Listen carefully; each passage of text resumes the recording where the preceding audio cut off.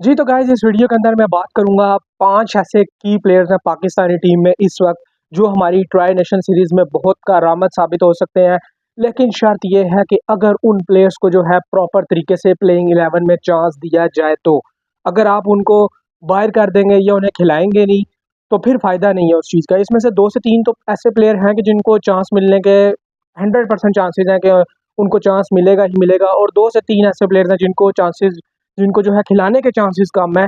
तो मैं उन 5 की प्लेयर्स की बात करूँगा इस वीडियो के अंदर कि अगर आप इन प्लेयर्स को प्लेइंग 11 का हिस्सा बनाते हैं, तो ये बड़ा क्रूशियल रोल प्ले करेंगे पाकिस्तान की जीत में, ना कि सिर्फ ट्राई नेशन सीरीज़ में, बल्कि एशिया कप में भी।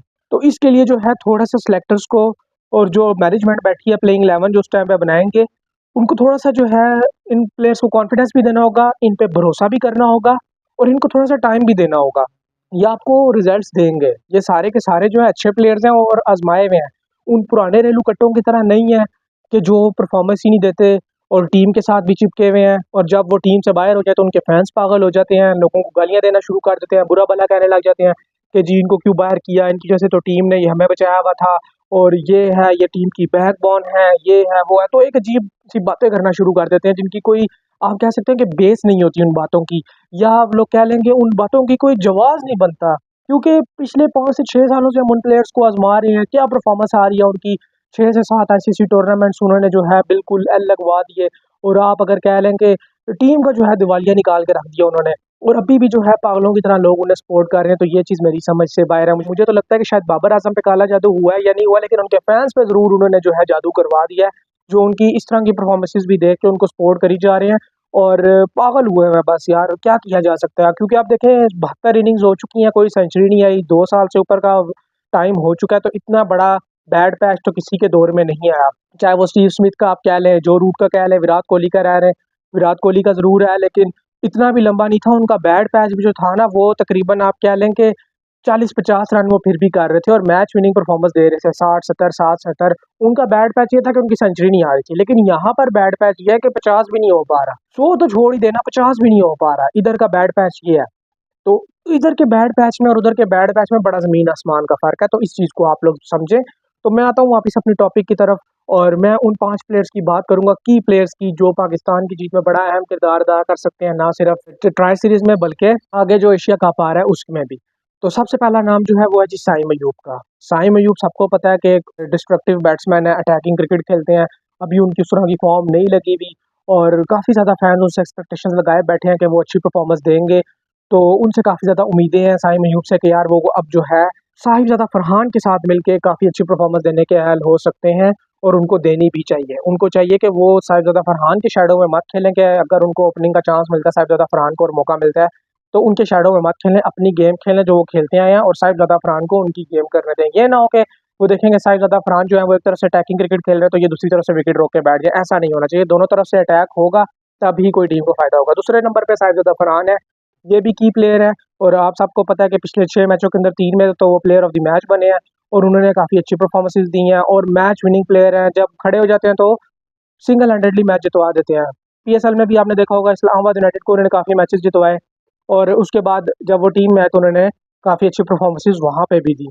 तो 2 तो ये की प्लेयर हो गए, एक साइम अयूब और साहिबजादा फरहान, ये तो हमारे ओपनर्स हैं, और इन्हीं को ही परफॉर्मेंस देनी होगी। ये अगर बेस अच्छी सेट करेंगे तो नीचे वाले भी कुछ परफॉर्मेंस देंगे, वरना तो काफ़ी मुश्किल हो जाएगा। उसके बाद अगर हम बात करें तो नीचे से है हसन नवाज, ये भी की प्लेयर है हमारी टीम के, और अब जो है बैकबोन की सूरत हाल इख्तियार किए जा रहे हैं, क्योंकि इन्होंने काफ़ी ज़्यादा मैचेस जितवाए भी हैं पाकिस्तानी टीम को। और उससे भी बड़ी चीज़ कि इनसे काफ़ी ज़्यादा उम्मीदें हैं कि ये भी कुछ करेंगे, और नीचे से अगर आके ये 30-35 रन की तेज़ इनिंग्स खेल जाते हैं, ऊपर से साहिबजादा फरहान और अगर साइम अयूब ने अच्छा स्टार्ट दिया हुआ है, तो नीचे से ये भी अगर फायरी इनिंग्स खेल जाते हैं 35-40 रन की 18-20 बॉलों पे, तो काफ़ी ज़्यादा वो क्रूशियल रोल प्ले कर सकते हैं हसन नवाज। तो मेरी नज़र में तीसरे नंबर पे जो एक की प्लेयर का रोल अदा कर सकते हैं वो है हसन नवाज। तो इनसे भी काफ़ी ज़्यादा उम्मीदें हैं मुझे भी और फैंस को भी, और इनको भी उस तरह की परफॉर्मेंस देनी होगी जिस तरह की साहिबजादा फरहान और साइम अयूब से हमें एक्सपेक्टेशंस हैं। चौथे नंबर पे जो मेरे नज़दीक की प्लेयर हैं वो बॉलर है, और वो है मोहम्मद वसीम जूनियर। अब ये वो प्लेयर है कि इसको चांसेस मिलना है बड़ा कम है कि अगर इसको प्लेइंग 11 में चांसेस मिले, क्योंकि हारिस रोव और शाहिन के होते हुए इनको मेरा ख्याल है कम ही चांसेस मिले। लेकिन मैं यही कहूँगा पर्सनली तौर पे कि हारिस रोव को बाहर करके आपको चांस देना चाहिए मोहम्मद वसीम जूनियर को, क्योंकि आरिस रऊफ को हम काफ़ी दफ़ा आजमा चुके हैं, तो इसलिए उनको दोबारा रखने का फ़ायदा नहीं है। ठीक है, आपने उनको स्क्वाड में डाल दिया, लेकिन प्लेइंग 11 का हिस्सा मत बनाएं। मैं तो यही कहूँगा कि मोहम्मद वसीम जूनियर को शामिल करें, क्योंकि वो जो है काफ़ी ज़्यादा कारआमद साबित हो सकते हैं। सब ने उनके बॉलिंग स्किल्स देखे हैं, उनको बगैर किसी वजह की टीम से बाहर कर दिया गया था, तो ये चीज़ गलत है। अब उनको वापस लाया गया, तो उनको प्रॉपर चांस दें, पूरा मौका दें, उनको कॉन्फिडेंस दें और उनके ऊपर भरोसा रखें, वो आपको परफॉर्मेंस करके देंगे। उन्होंने पहले भी प्रूव किया है और वो आगे भी कर देंगे। सिर्फ बात यह है कि आप उनको चांस दें। नहीं देंगे चांस, तो फिर वो आपको किस तरह परफॉर्मेंस करके देंगे। जब आप उनको टीम में ही नहीं रखेंगे तो फिर फ़ायदा क्या है। मैं तो कल भी बात की, जब वीडियो लास्ट मैंने बनाई तो उसमें मैंने यही बात की कि अगर आप उनको चांस नहीं देंगे तो वो आपको कहाँ से परफॉर्मेंस करके देंगे। तो उनको चांस दें, उनको मौका दें, उन पे जो है आप भरोसा रखें, वो आपको परफॉर्मेंस करके देंगे और क्रूशियल विकेट्स लेके देंगे। ऊपर के ओवर भी वो अच्छे करवा सकते हैं और जब बॉल पुरानी रहती है तो उससे तो सबको पता है कि वो और ज़्यादा डेंजरस हो जाते हैं। तो चौथे जो की प्लेयर मेरे लिए हैं वो है जी मोहम्मद वसीम जूनियर, जिनसे काफ़ी ज़्यादा एक्सपेक्टेशन है फैंस को भी और मुझे भी। बाकी बाबर फैंस जो उनके बारे में मर्जी बोलते रहे, मुझे पता है कि वो अच्छा प्लेयर है और अच्छे कैलिपर का प्लेयर है। उसके बाद जो पांचवें की प्लेयर है मेरे लिए वो है जी सुफियान मुकीम। अब ये भी वो बंदा है कि इसको भी चांसेस कम ही दे मिलते हैं प्लेइंग 11 में। इब्रार के होते हुए इस बेचारे को बाहर कर दिया जाता है। तो मैं तो यही कहूँगा कि भाई सुफियान मुकीम के साथ ज्यादती मत करो। इब्रार अहमद को तो हमने काफ़ी चांसेस दिए हुए हैं, उनको काफ़ी आजमाया हुआ है, तो अब सुफियान मुकीम को प्रॉपर तरीके से चांस दो, उस बच्चे का हक ना मारो, क्योंकि ये भी जो है बहुत वाइटल रोल प्ले कर सकते हैं सुफियान मुकीम, ट्राई सीरीज में भी और अगेंस्ट आप कह सकते हैं एशिया कप में बाकी टीम्स के अगेंस्ट। तो उनको जो है बिल्कुल भी नज़रअंदाज मत करें। और ये जो 5 प्लेयर्स मैंने नाम लिए, जिसमें साइम अयूब, साहिबजादा फरहान, उसमें हसन नवाज और उसके बाद फिर मोहम्मद वसीम जूनियर और फिर सुफियान मुकीम, ये जो 5 प्लेयर्स हैं, आप इन प्लेयर्स को रखें टीम के अंदर, लाजमी रखें प्लेइंग 11 के अंदर। बाकी आप 6 जो मर्जी रेलू कट्टे डालें, मगर इन 5 प्लेयर्स को जो है प्लेइंग 11 का लाजमी हिस्सा बनाएं। ये आप लोगों को ना सिर्फ मैचेस जितवाएंगे बल्कि टीम को एक स्मूथ पोजीशन पे ले जाएंगे। और बड़ा मैं आपको बताऊं ना कि दूसरी टीमों के लिए काफ़ी मुश्किल हो जाएगी कि जब ये यंग लॉट हमारी परफॉर्मेंस देगी। तो आप इनको एशिया कप में, मैं नहीं कहूँगा कि थोड़ा सा बड़ा टूर्नामेंट हो जाता है, लेकिन इनको आजमाएं ज़रूर ट्राई सीरीज में, इनको ट्राई सीरीज में प्रॉपर चांस दें, क्योंकि उधर ज़्यादा से ज़्यादा आपको 4 से 5 मैचेस मिलेंगे, इससे ज़्यादा मैचेस नहीं मिलने लगे, क्योंकि पाकिस्तान ने 2 मैचेस खेलने हैं यूएई के खिलाफ और 2 खेलने हैं अफगानिस्तान के खिलाफ, और अगर फाइनल में चले जाते हैं तो 5 मैचेस हो जाएंगे।